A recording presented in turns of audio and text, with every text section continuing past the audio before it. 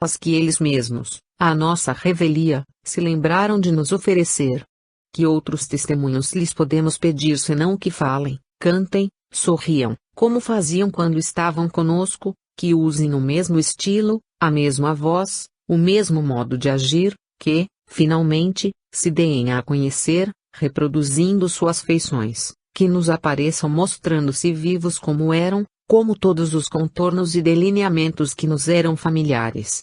As manifestações espíritas, transviadas do seu fim providencial, desnaturadas pelo espírito da fraude e do interesse, guerreadas pelo conservantismo sectário e retrógrado, não têm outro fim senão trazer-nos demonstrações psicofísicas da sobrevivência.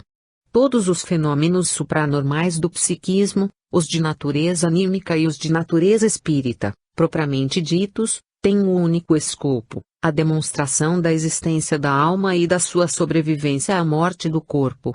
Essas demonstrações psicofísicas ou psicointelectuais, como, por exemplo, a manifestação mediúnica e estranhas ao médium, a confecção de desenhos e pinturas, cuja arte está muito acima da capacidade do executor, de mensagens e até de livros, cujo conteúdo é muito superior ao que poderia produzir o intelecto do escritor. Todas essas manifestações, em seu conjunto harmonioso, constituem um hino de glória ao espiritismo, demonstrações patentes, positivas, da imortalidade da alma.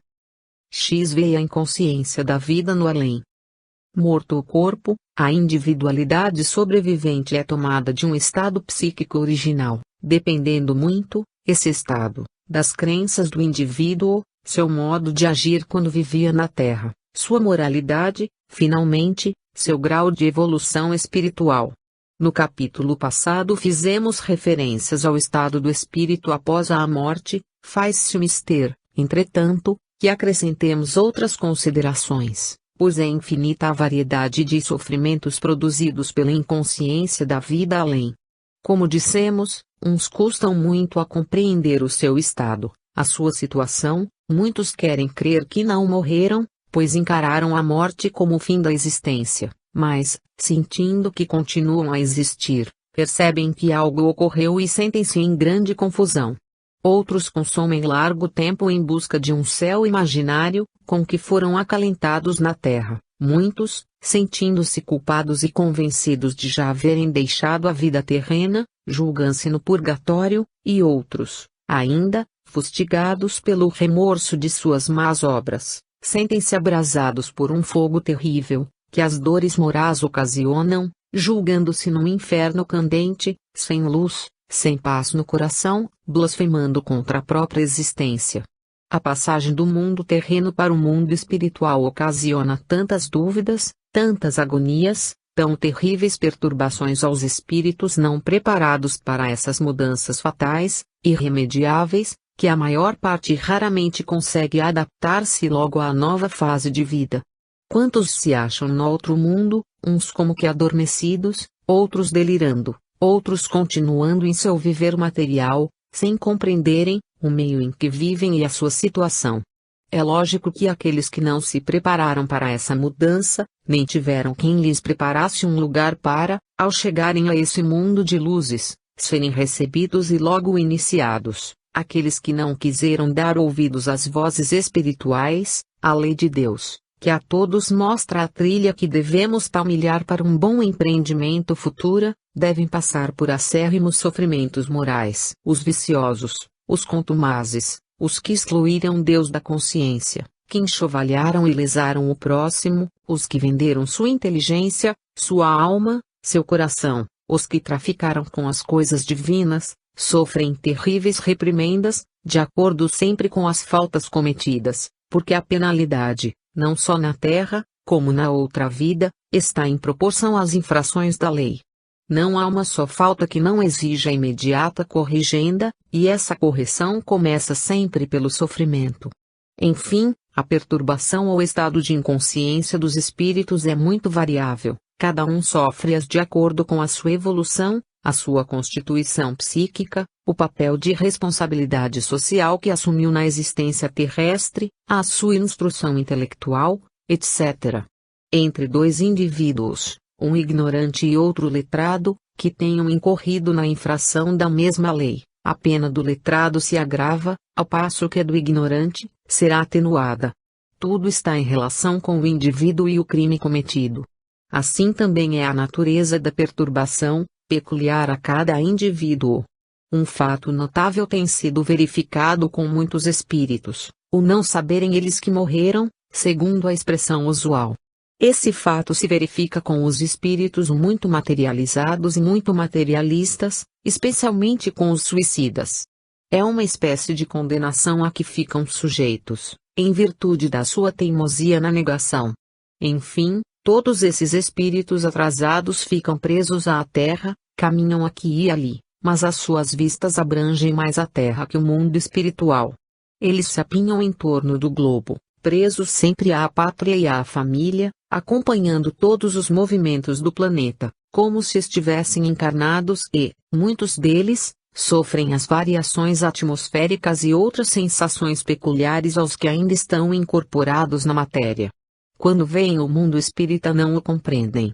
Pasmam ao observarem a vida espírita, o modo por que agem os espíritos adiantados, admiram-se ao atravessarem grandes cidades, metrópoles flutuantes, ao verem casarios transparentes e multicolores, majestosos edifícios, cuja luz os ofusca, veículos céleres a deslizarem de um a outro ponto, jardins aprimorados com flores belas e aromáticas como nunca viram na terra. Tudo isso lhes causa estranheza tal e ocasiona-lhes perturbação tão profunda, que preferem, muitas vezes, não prestar atenção senão ao mundo onde deixaram seus corpos e ao qual se acham ligados por afinidades antigas. São esses espíritos que vivem numa ânsia contínua de se comunicar com os homens, não tanto para demonstrarem sua sobrevivência, mas para, se possível, prosseguirem no seu antigo modo de viver.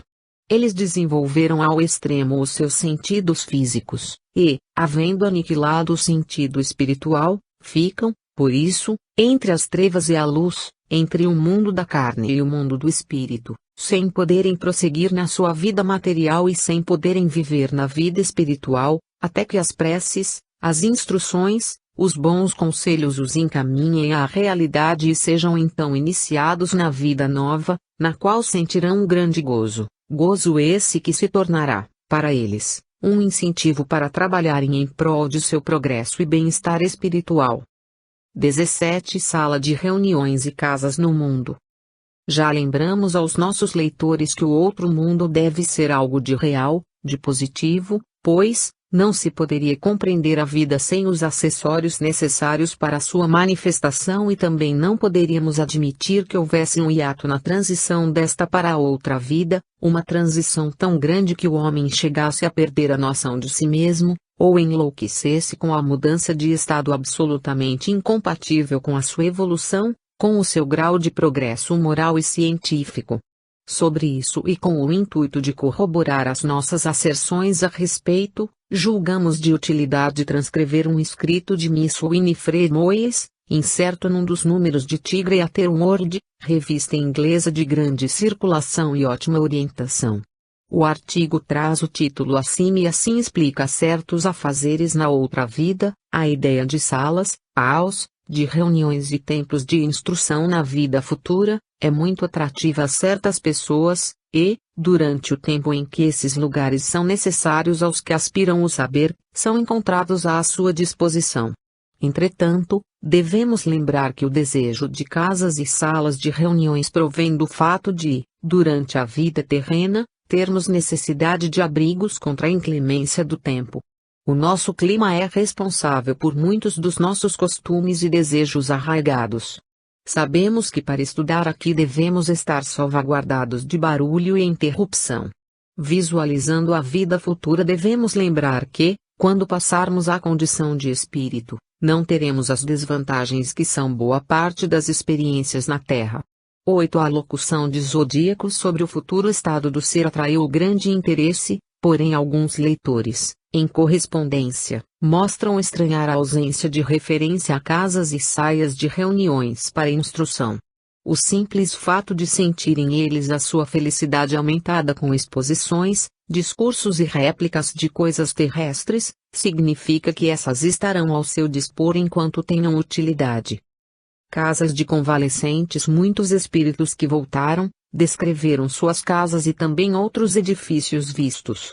As casas para convalescentes tornam-se uma necessidade real, como lugares de repouso para os que passaram pela morte e necessitam de tratamento, pois, frequentemente, as tristezas e provações da vida física deixam a sua impressão no perispírito. Há um ponto a considerar. Zodíaco explicou muito bem que as coisas almejadas, mas nunca alcançadas na vida terrestre, estarão, na outra vida, ao alcance dos filhos de Deus. Muitos homens e mulheres desejam um lar todo seu onde possam viver sem interferência de estranhos.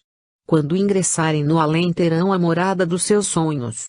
Mas, surge a seguinte pergunta: quando a mente da terra for substituída pela mais elevada, a do corpo espiritual, quando a vista limitada da terra estiver esquecida na alegria da clara visão que então possuírem, serão os seus desejos os mesmos de outrora? Como as coisas terrestres perdem sua atração, vários espíritos, relatando as suas experiências, logo após a morte, descrevem suas condições como sendo as mais altas concepções da beleza e da felicidade. Entretanto, passado algum tempo, dizem, as minhas ideias sobre a beleza e a felicidade são diferentes agora. Por isso o Zodíaco nos previne a respeito da ideia de desejarmos isto ou aquilo na próxima vida, porque a evolução do espírito acarreta a perda do amor das representações glorificadas e das coisas que nos deleitavam nesta vida. Todos os médiuns que viajaram através das esferas falam das maravilhas que viram. Os oceanos, montanhas e florestas excedem a todas as descrições, porque não existem paralelos na Terra. Ruas de ouro brilhante, a referência que faz o evangelista João, Apocalipse 21, as ruas de ouro puro, têm feito pessoas imaginativas pensar se será mais agradável andar em semelhantes ruas do que sobre a grama macia. Certa vez mostraram-me esse fenômeno e então concluí que o efeito era proveniente da atmosfera. Tudo estava banhado por um brilho de ouro róseo, que eu atribuí ao poder psíquico. Parecia-me estar sob um poderoso sol, mas o mesmo não queimava a minha pele nem ofuscava meus olhos. A temperatura era perfeitamente uniforme e eu estava consciente de uma vitalidade nunca antes experimentada.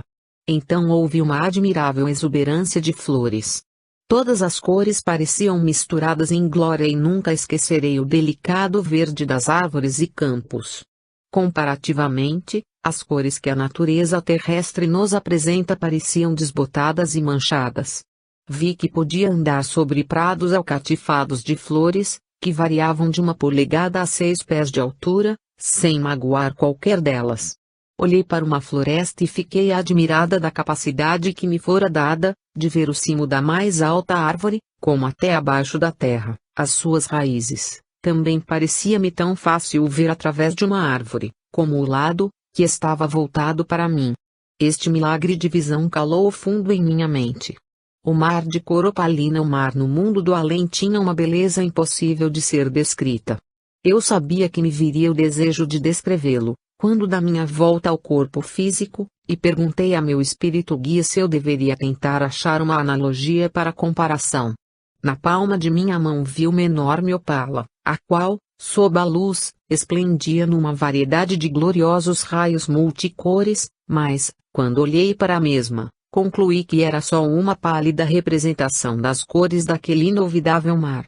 Em cada segundo eu aprendia, porém, pela visão. Aquelas doces palavras do apóstolo Paulo, que nos são familiares, voltaram à minha mente, os olhos não viram, nem os ouvidos ouviram, nem penetrou no coração dos homens o que Deus preparou para aqueles que o amam. 18. Os planos do mundo espiritual.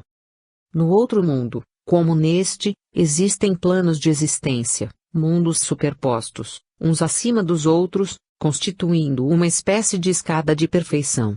Na Terra, também, assim, existe o lugar para o camponês iletrado e para o homem de ciência. Os índios e selvícolas não poderiam viver em São Paulo ou no Rio de Janeiro. Tudo no outro mundo obedece a uma ordem espiritual bem determinada, sem privilégios, nem exclusões. Desde o primeiro passo, Logo a começar da superfície da Terra, até o último, conta-se grande variedade de planos de vida, ou sejam, mundos espirituais, para usar de uma linguagem mais aproximada à compreensão, porque não existe expressão nos vocabulários comuns para caracterizar a natureza desses mundos, que chamaremos semimateriais ou fluídicos. Provavelmente, esses planos é que foram simbolizados, na visão de Jacó, por uma escada com inumeráveis degraus que, apoiados na terra, chegavam ao céu. Não pode ser de outro modo. A lei do progresso rege de modo perfeito a evolução anímica. Os espíritos, revestidos de seu corpo perispiritual, não podem viver num meio que não esteja de acordo com sua vestimenta espiritual, e esta vibra sempre ao ritmo da elevação de cada um, em sabedoria e moralidade. Uma região isenta, por exemplo, de oxigênio, seria hostil a espíritos que ainda precisam de oxigênio para viver. Uma região em que não predomina o carbono não poderia ser habitada por espíritos que necessitam, pela sua condição ainda de inferioridade, de carbono para a manutenção do seu corpo perispiritual. O indivíduo sentir-se-ia desequilibrado, e a sua condição média tornar-se-ia infeliz, sofredora, insuportável se assim não fosse. Tudo obedece a uma ordem e harmonia admiráveis na criação. Daí a necessidade desses diversos planos, como garantia de vida aos que fazem a sua evolução para um estado melhor. Os antigos tinham noções destes princípios e acreditavam na existência de muitos céus superpostos, que se compunham de matéria sólida e transparente, formando esferas concêntricas e tendo a Terra por centro. Esta teogonia fez, dessa escala de céus diversos graus de bem-aventurança, o último deles era o abrigo da suprema felicidade. A opinião comum era de que havia 7 céus, em cada um deles, em sentido ascendente, aumentava a felicidade dos crentes. Os muçulmanos admitem 9 céus. O astrônomo Ptolomeu contava 11, e denominava o último Empírio, por causa da luz brilhante que ali reinava. A teologia católica admite 3 céus, o primeiro da região do ar e das nuvens, o segundo, o espaço em que giram os astros, e o terceiro, para além deste, é a morada do Altíssimo, a habitação dos que o contemplam face a face. É conforme esta crença que o apóstolo Paulo diz que foi arrebatado até o terceiro céu. Enfim, é crença unânime que, sob uma ou outra denominação, essas esferas superpostas constituem a habitação das almas, o mundo espiritual. Na verdade, seria ilógico e verdadeiro contrassenso julgarmos um vácuo ou atmosfera que nos rodeia, o nada dos ignorantes de então. A constituição física e química da atmosfera era ignorada dos povos passados. Ainda na Idade Média não se tinha do estado gasoso da matéria senão noções rudimentares. Sobre a vida, mesmo, só se sabia que ela se extinguia por falta de ar, mas não se conhecia o mecanismo da combustão e da respiração. Foi o gênio ilustre de Lavoisier que deu os primeiros passos para a descoberta dos elementos contidos no ar que respiramos. Foi tão grande a descoberta desse insigne francês, e tão iluminado era o famoso químico, que, em 8 de março de 1794, quando sua cabeça rolou sobre o patíbulo, o ilustre matemático Lagrange disse: 100 anos não serão bastantes para produzir outra cabeça semelhante. Hoje podemos afirmar muito mais que Lavoisier, sabemos que tudo o que existe no nosso corpo, existe na atmosfera, no ar que respiramos, azoto, oxigênio, hidrogênio, carbono, cujas combinações formam a cal, a soda, o fósforo, os ácidos, o enxofre, o flúor, o silício, o magnésio, o lítio, o ferro, o manganês, o cobre, o chumbo, etc. Sabemos mais que em nossa atmosfera vivem inúmeros micróbios, flutuam ovos de infusórios, partículas de algodão, de farinha, de penas, matérias que se evolam das fábricas, que saem da combustão, do enxofre e outros sais, etc. Só nas costas da Bretanha e da Normandia calcula-se que 1 hectare de terreno não recebe menos, anualmente, de 147 kg de matérias sólidas, das quais 37 kg são de sal marinho. Não é preciso estendermos-nos em considerações para provar que o ar é alguma coisa, contém muita coisa, não é o vazio que se apresenta aos nossos olhares acanhados. O Espiritismo, penetrando fundamente na ciência, abre brechas ao pensamento, e dá, ao mesmo tempo, razão à crença cega dos povos antigos, que, em sua concepção infantil, proclamavam os céus sobrepostos, cada qual mais adiantado, crença essa que se confirma agora com dados científicos e as revelações de caráter coletivo que estão sendo feitos e verificados em todos os pontos do globo.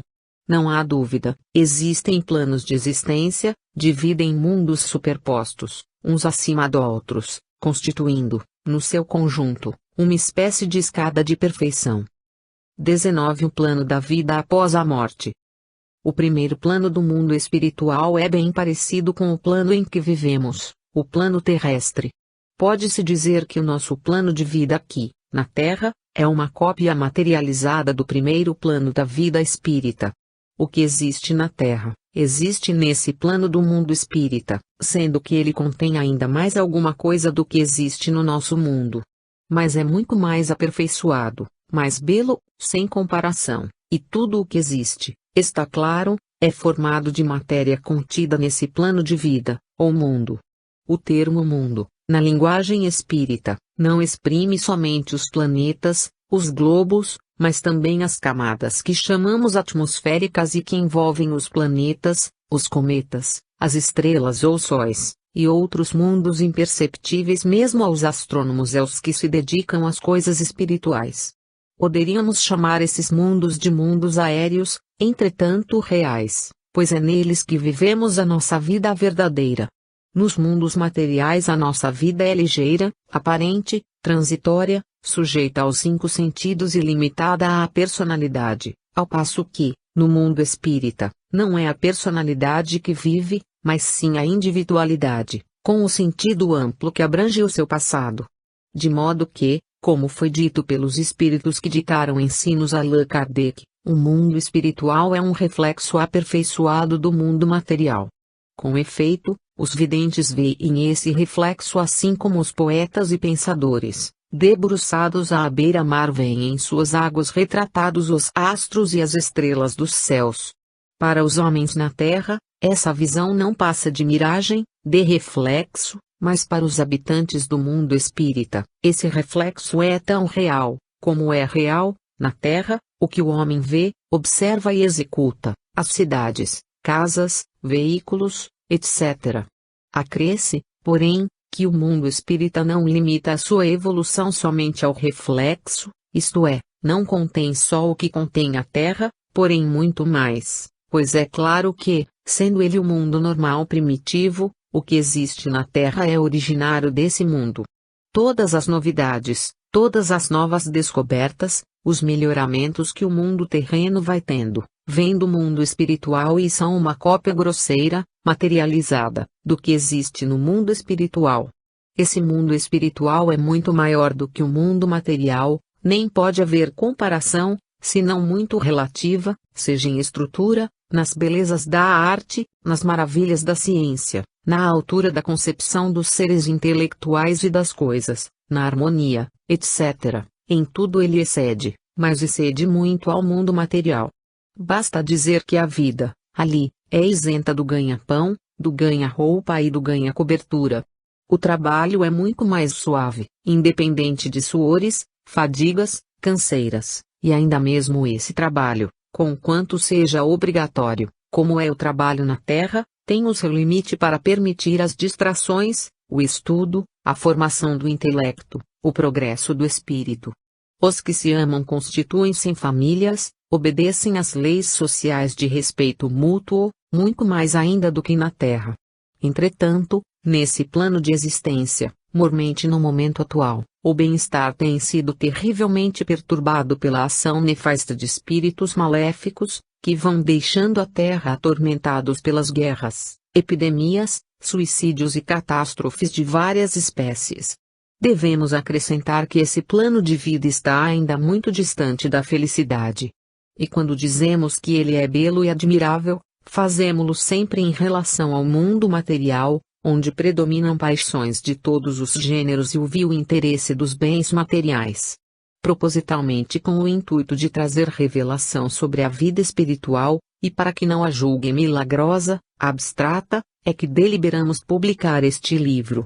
Finalmente, vamos repetir, a vida além do túmulo não se cifra num inferno candente, num purgatório de labaredas, num céu de beatífica e nula contemplação, num mistério, numa abstração. Lá existem cidades flutuantes, sonhos de Júlio Verne, grandes avenidas, largas praças, jardins esplêndidos, museus, ruas belíssimas, onde se destacam magníficos edifícios, construções que maravilhariam os maiores arquitetos da Terra, onde cruzam e se multiplicam veículos de que o homem ainda não pode fazer ideia, ascensores que conduzem aos planos superiores, e, para determinados fins, os espíritos inferiores, que, pela sua materialidade, não se podem elevar ao azul do firmamento.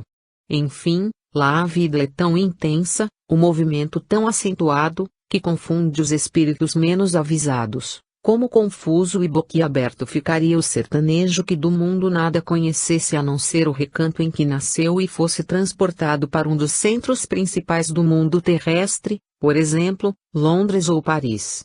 Esse ar que nos envolve e parece ser o vácuo, ou nada, é um mundo de seres e de coisas, que não podem ser percebidos por nós, devido à deficiência da nossa retina, que só percebe a matéria densa, conglomerada. Os espíritos, logo que partem da Terra, pela transformação da morte, acostumados às sensações grosseiras e às percepções que lhes são dadas exclusivamente pelos 5 sentidos, não veem logo as coisas espirituais, não as percebem, e então continuam a utilizar-se desses mesmos sentidos, mas, não tendo mais o corpo carnal que lhes servia de periscópio, encostam-se às pessoas da Terra que lhes são similares, para, com o auxílio destes intermediários, satisfazerem seus desejos materiais, pelos sentidos psíquicos. Com razão, pois, se diz, que ao lado de cada homem, de cada pessoa, existem muitos espíritos. E esse fato tem sido verificado pelos médiuns videntes, que os enxergam até mesmo, tomando parte nos nossos negócios, viagens, diversões. Pelas casas, pelas ruas, pelas praças, estradas de ferro, automóveis, carros, carroças, andam milhares de espíritos. Em toda parte eles são encontrados, nos jantares, aos bailes, nos teatros, nas igrejas. Esses espíritos, de condição inferior, são os designados com o nome de familiares, na doutrina espírita. Não queremos dizer, com isto, que todos os familiares sejam ruins, atrasados e sofredores, aos em diversas escalas de bondade e de sabedoria, como existem na Terra pessoas de todas as categorias. Alguns são missionários, que poderiam estar num plano superior, mas preferem auxiliar parentes e amigos que aqui deixaram.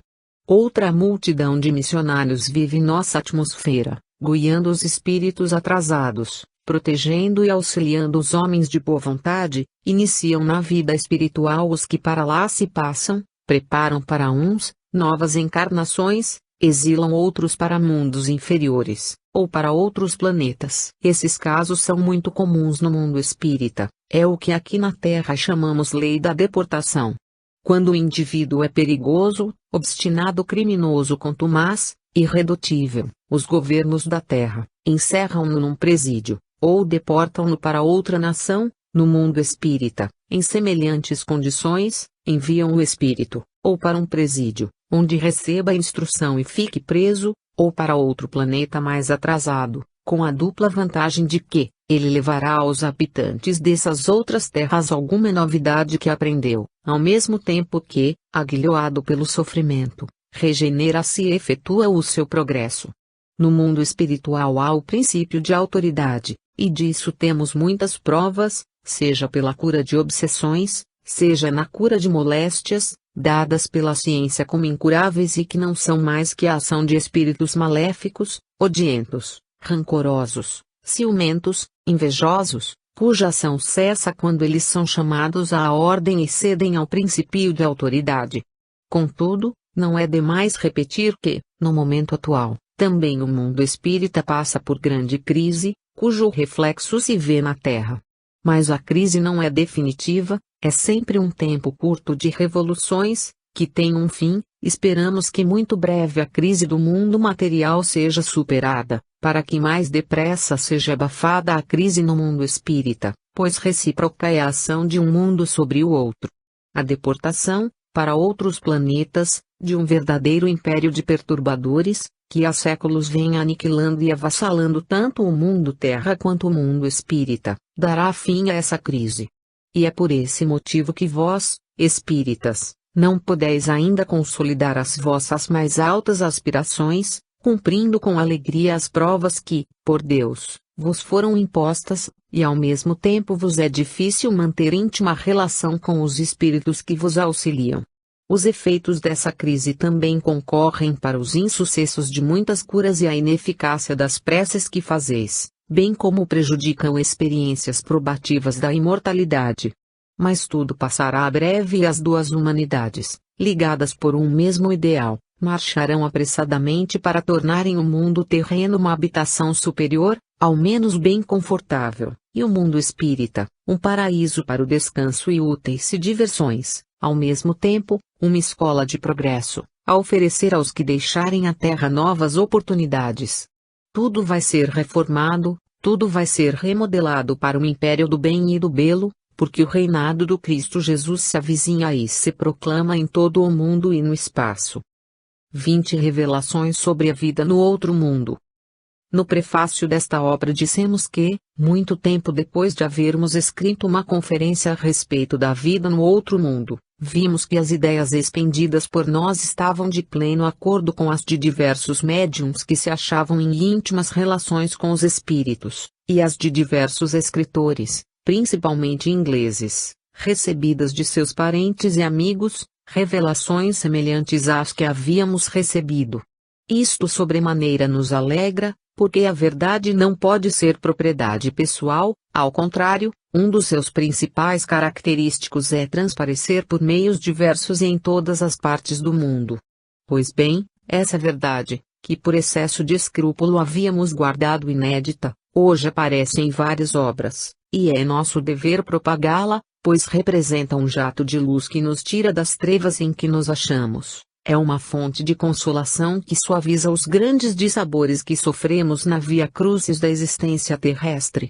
E assim que, na história do Espiritismo, de Sir Arthur Conan Doyle, por exemplo, encontramos a seguinte mensagem, que confirma as nossas asserções, transcrevemo-la obedecendo a um desejo irresistível, pois é mais uma contribuição a valorizar este livro, e, ao mesmo tempo, a fortificar a crença naqueles que lerem esta obra. Esta mensagem foi, a seu turno, extraída por Conan Doyle, do livro O Caso de Lester Coltman de Lillian Holbrook, Pags. 32 a 34. Eis a comunicação do espírito Lester Coltman, a respeito da vida no além. Acho perfeitamente explicável e natural o interesse dos seres terrenos em averiguar a forma de que são constituídos os lugares e os estabelecimentos em que vivemos e trabalhamos, mas, não é fácil fazer uma descrição, na linguagem terrena. A minha existência servirá de exemplo para a dedução de outros modos de vida, segundo o temperamento e a inteligência de cada um. Meu trabalho continua aqui como se iniciou na Terra, ou seja, no terreno científico. Para progredir em meus estudos, visito frequentemente um laboratório, onde encontro facilidades tão completas como extraordinárias para a realização de experiências. Tenho casa própria, verdadeiramente bela, com uma grande biblioteca, na qual existe toda a classe de livros de consulta, históricos, científicos, de medicina, e de todos os gêneros da literatura. Para nós, estes livros são tão interessantes como para vós, os da terra. Tenho uma sala de música com toda sorte de instrumentos. Tenho quadros de rara beleza e móveis de gosto apurado. Atualmente vivo só, mas recebo com frequência a visita de amigos. Também os visito em suas casas, e, se alguma vez me sucede sobreviver ligeira tristeza, vou, então, visitar aqueles a quem mais eu quis na terra. Das minhas janelas admiro uma paisagem extraordinariamente bela, que se estende ao longe em suaves ondulações, e, próximo à minha, existe uma casa comunal onde vivem em feliz harmonia vários dos espíritos que trabalham no laboratório. O meu ajudante principal é um chinês antigo, muito competente em análises químicas. É, como se dissêssemos, o chefe da casa. E uma alma admirável, goza de grandes simpatias e é dotado de profunda filosofia. E muito difícil vos falar do trabalho no mundo dos espíritos. Cada um tem sua missão, segundo suas possibilidades. Quando um espírito chega diretamente da Terra, ou de qualquer outro mundo material, tende a aprender tudo o que não aprendeu na existência precedente, com o fim de se aproximar da perfeição. Se ele fez sofrer seu semelhante, sofrerá. Se tem grande talento, o aperfeiçoará aqui, pois, se vós aí tendes boa música ou outra qualquer classe de arte ou ciência, as daqui ainda são muito melhores. A música é uma das mais poderosas forças do nosso mundo para se alcançar a perfeição do espírito. Há aqui magníficas escolas para a instrução dos espíritos de crianças. Nelas permanecem até aprenderem tudo o que se refere à Terra e aos demais mundos, bem assim a todos os reinos que se acham sob o cetro de Deus. Aqueles que aqui receberam instrução como espíritos de crianças, quando chegam a ir para o vosso mundo, ostentam o mais refinado e belo dos caracteres. Os que passaram sua existência material em trabalhos físicos, têm de aprender tudo, enquanto aqui permanecem. O trabalho é uma coisa maravilhosa, e os que se tornam discípulos de espíritos, aprendem consideravelmente. Os espíritos literatos se convertem em grandes oradores e falam e ensinam com palavras eloquentes. Aqui também há livros, mas de gênero diferente dos vossos. O que estudou leis na terra entrará na escola dos espíritos para se aperfeiçoar na justiça. O soldado que professe culto à verdade e à honra, guiará os espíritos de qualquer de nossas esferas em suas lutas pela fé em Deus. Aqui termina a revelação de Lester Coltman. Sir Conan Doyle também recebeu mensagens, no seu círculo familiar, de diversos espíritos, referentes à vida no além. Vamos citar duas mensagens, de acordo com o nosso tema, diz Conan Doyle, em nosso círculo. Um espírito feminino falou da vida no além, respondendo à pergunta que lhe fizemos: o que fazes aí? Eu me ocupo de música com as crianças e de outras tantas coisas. Mas trabalho muito mais do que na velha terra. Aqui não há quem suscite disputas e isto contribui para que a felicidade seja maior e mais completa. Dize-nos algo sobre a tua vivenda. É encantadora. Jamais vi na terra o que se lhe possa igualar. E quantas flores! Por toda parte variedade extraordinária e de várias cores. E seus perfumes são maravilhosos. Podes descrever as outras casas? Não poderia alterar sua paz. Há momentos em que se necessita estar somente em comunicação íntima com a natureza.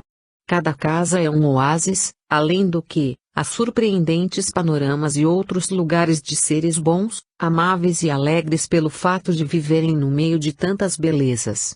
Não há na terra mente alguma que possa conceber esta alegria e esta formosura. Outra mensagem é a seguinte: por amor de Deus, sacudi e despertai essa gente que não quer crer. O mundo precisa saber o que existe aqui. Se eu, na terra, soubesse o que me esperava aqui, a minha vida teria sido muito diversa. Aqui não há lutas nem maldades. Interesso-me por muitas coisas de caráter humano, sobretudo pela regeneração e progresso do mundo terrenal. Eu sou um dos que, aqui, trabalham pela vossa causa em íntima relação convosco. Não temais, a luz será tanto mais viva quanto mais profundas forem as trevas que atravessais. Logo ela aparecerá, se Deus quiser. Nada poderá impedi-la. Não há poder das trevas que resista um minuto à luz divina. Todos os que pugnam contra a luz serão varridos. Apoiai-vos em nós, que o nosso auxílio é grandioso. Onde estais? É muito difícil explicar, devido às condições que aqui imperam. Eu me acho num lugar onde queria estar, o melhor que eu podia desejar. Dali mesmo estou em contacto íntimo convosco, que viveis na terra. Qual o vosso alimento? Não se parece em coisa alguma com o vosso, é muito mais agradável e delicado. Tudo o que constitui frutos raros, essências deliciosas e outras coisas desconhecidas na terra. Grandes surpresas vos esperam, todas belas e nobres, doces e radiantes. A vida na terra é unicamente um preparativo para estas esferas. Sem esse preparativo eu não teria podido entrar neste mundo glorioso e admirável. Na terra trabalhamos e nos preparamos, este mundo é o prêmio, nosso verdadeiro lugar, nossa verdadeira vida, o sol depois da chuva. Por nossa parte folgamos imenso que essas mensagens estejam correndo o mundo, pois só assim o homem trabalhará pelo seu futuro. XX e as revelações de Swedenborg. Infelizmente, ou felizmente, nada havíamos lido sobre Swedenborg.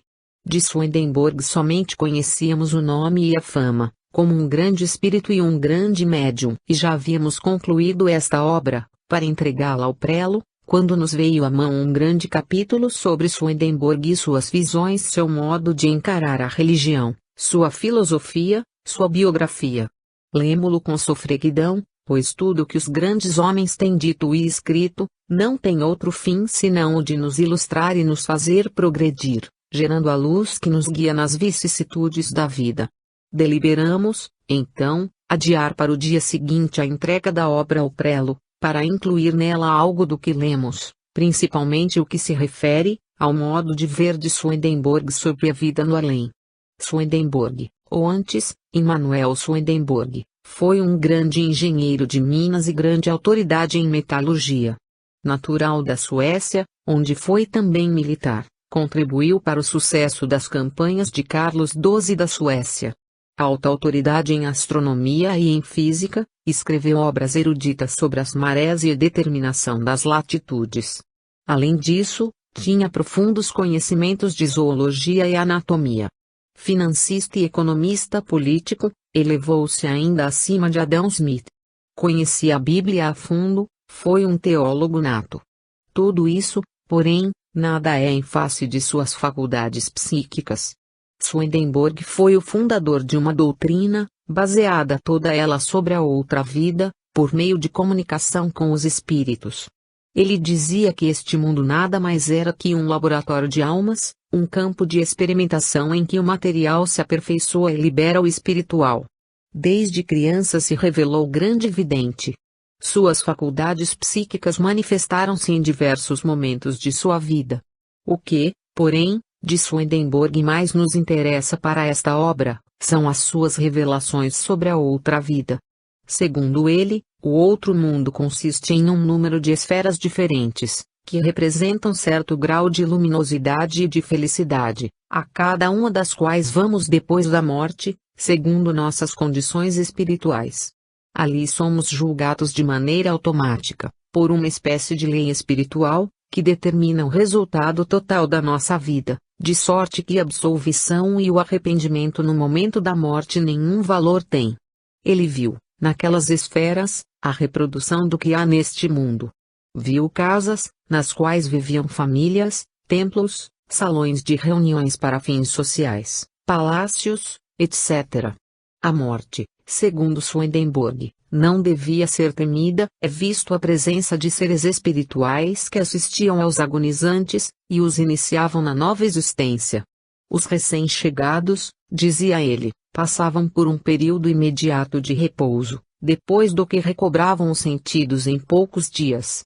E acrescentava, ao morrer, nada perdemos do nosso eu, tornamo-nos até mais perfeitos do que no nosso estado corpóreo. Conservamos nossas faculdades, nosso modo de pensar, nossas crenças, nossos preconceitos. As crianças são bem recebidas no outro mundo, sejam ou não batizadas. Aí elas crescem e são adotadas por mulheres jovens, até que lhes apareçam suas mães verdadeiras. Não há castigo eterno. O matrimônio, em forma de união espiritual, constitui uma unidade humana, cada homem com sua mulher. Enfim, Swedenborg fala do trabalho dos artistas, das flores, dos frutos, dos bordados, da arte, da música, da literatura, das ciências, das escolas, dos museus, dos colégios, das livrarias, etc. Tudo isso existente e fazendo parte do outro mundo.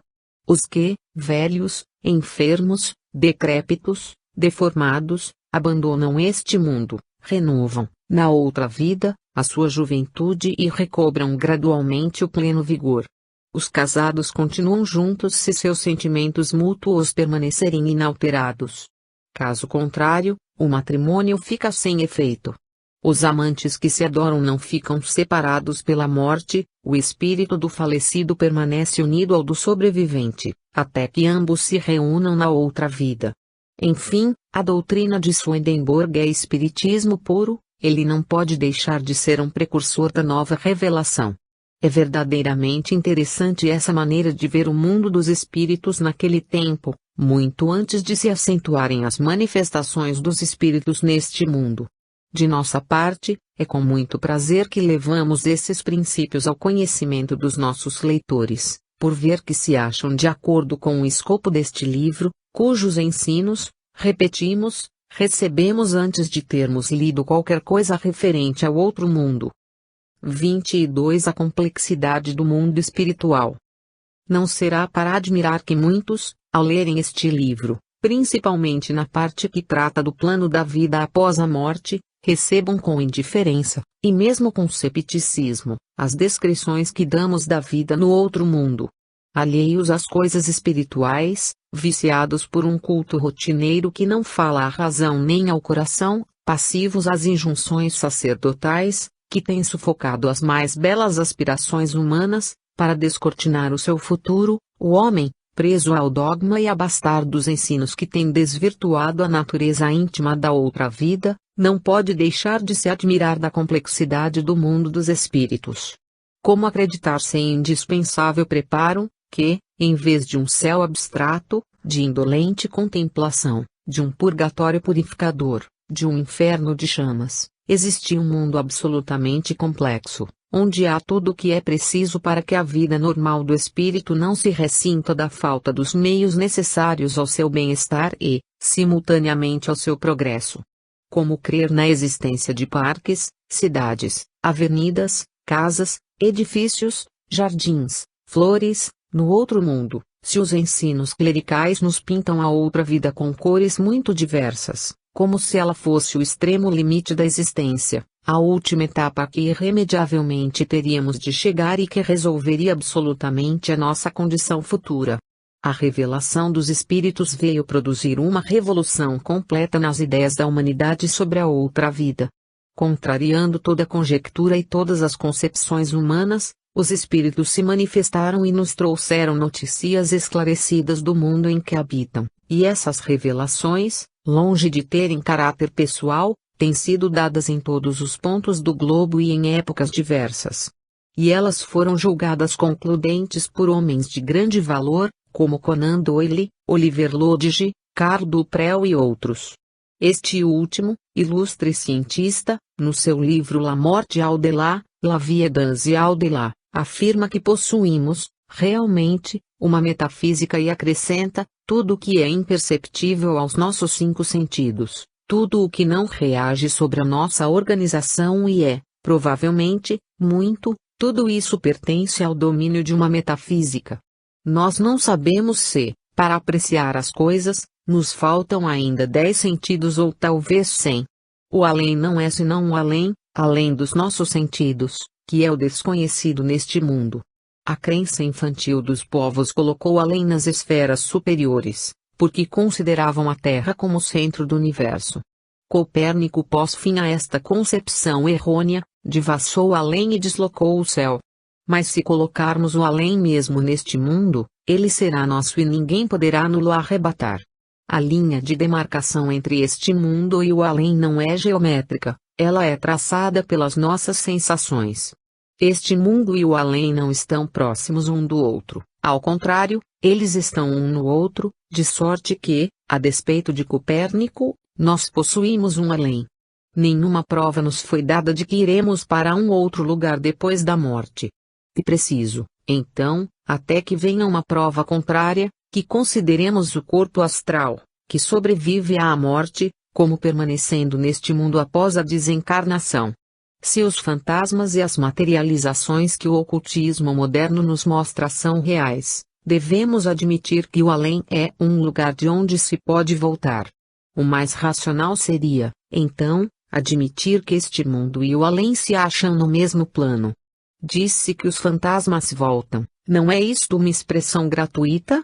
E mais justo dizer que os seres que aqui se acham invisíveis aos nossos olhos, sofrem uma condensação da matéria do corpo astral, tal como observamos nas sessões espíritas, e bastaria que tivéssemos uma intensidade maior de percepção para vê-los. O corpo astral é a essência de nosso ser, vemo-lo agir telepaticamente por meio de suas faculdades ocultas. Ele se torna visível na exteriorização e nos casos de telepatia, logo devemos também admitir que toda substância terrestre possui, como ser animado, uma substância metafísica. Existe, então, um mundo físico que, no espaço, não faz senão um, com o nosso mundo terrestre. Eis o que entendia o espírito Estela, dizendo: nós possuímos tudo o que vós possuís, jardins, flores espirituais em abundância. Julgar que só o homem possui uma alma imortal, é provocar a pergunta, por que este privilégio seria dado aos asnos de 2 patas e não aos de 4? E se nós reconhecemos que os 2 mundos se entrelaçam, temos resolvido um problema muito perturbador, e não temos necessidade de ir procurar um além separado de nós no espaço. Estas considerações do ilustre cientista são muito razoáveis. E a tudo isto precisamos acrescentar as construções e criações fluídicas operadas com a força do pensamento e da vontade, assuntos de que Allan Kardec tratou magistralmente em O Livro dos Espíritos, em O Livro dos Médiuns e o que outros reveladores têm feito mais circunstanciadamente ainda.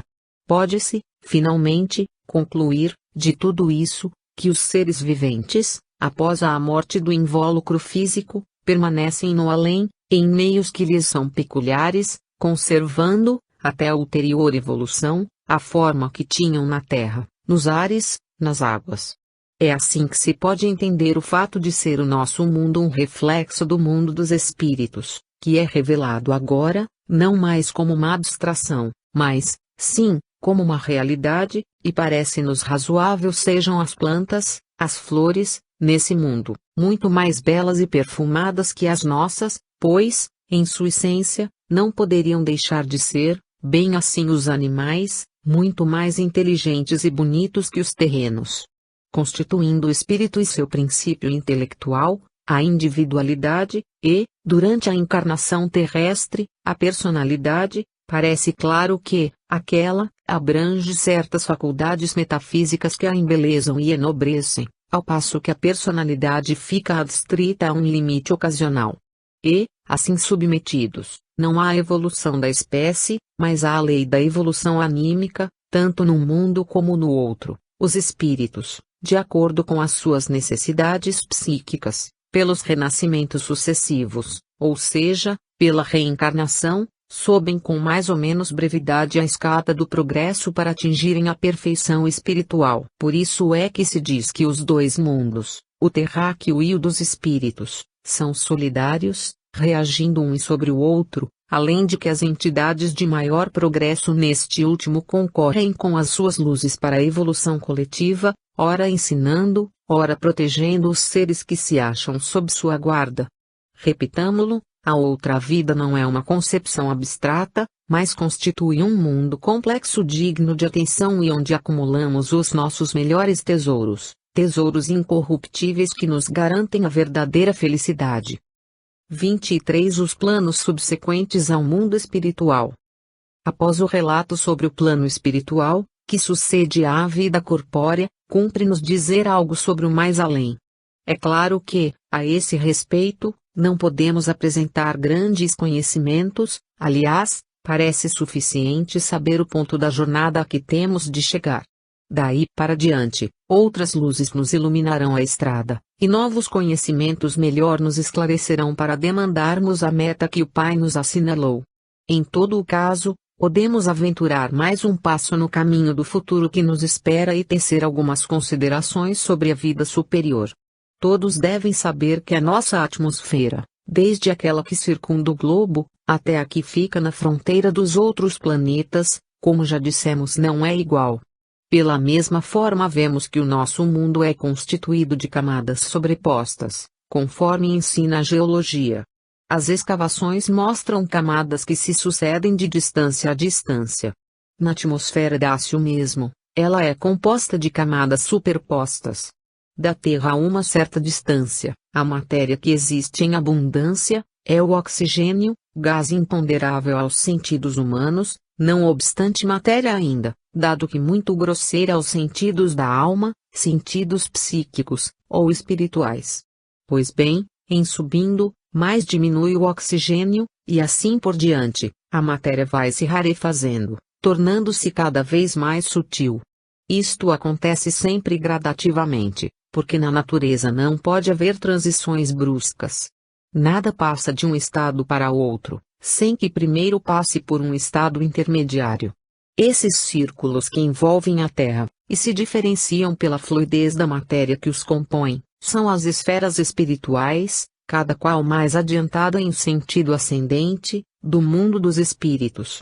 São outros tantos mundos, cada um mais evoluído, mais perfeito, mais belo e admirável que o precedente.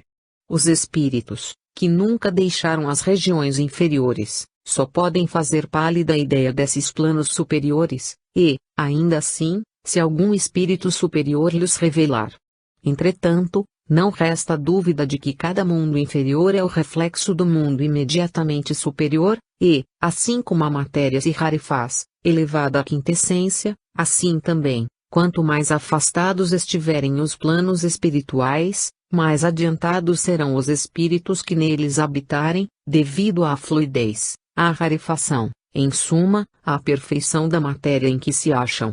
É lógico, pois, e concludente, que sempre vamos subindo para um estado melhor, aproximando-nos, gradativamente, da mais real felicidade, pois esta depende da espiritualização.